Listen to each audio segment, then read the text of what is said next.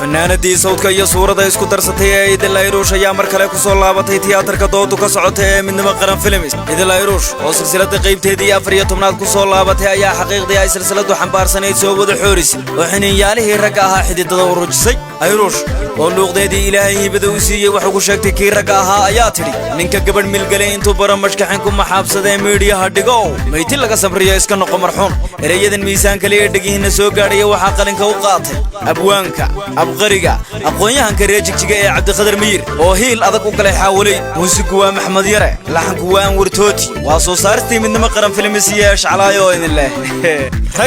ragi dad baa u soo galay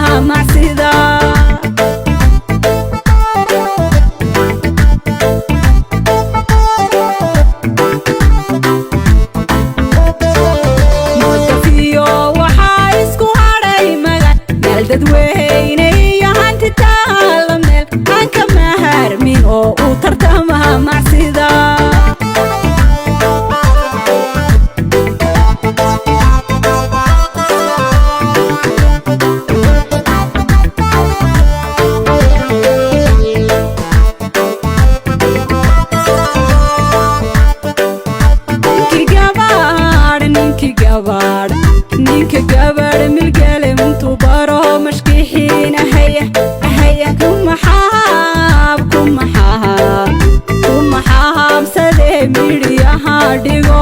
wahaya ahaya mayti laga samriyo iska noqo marxuum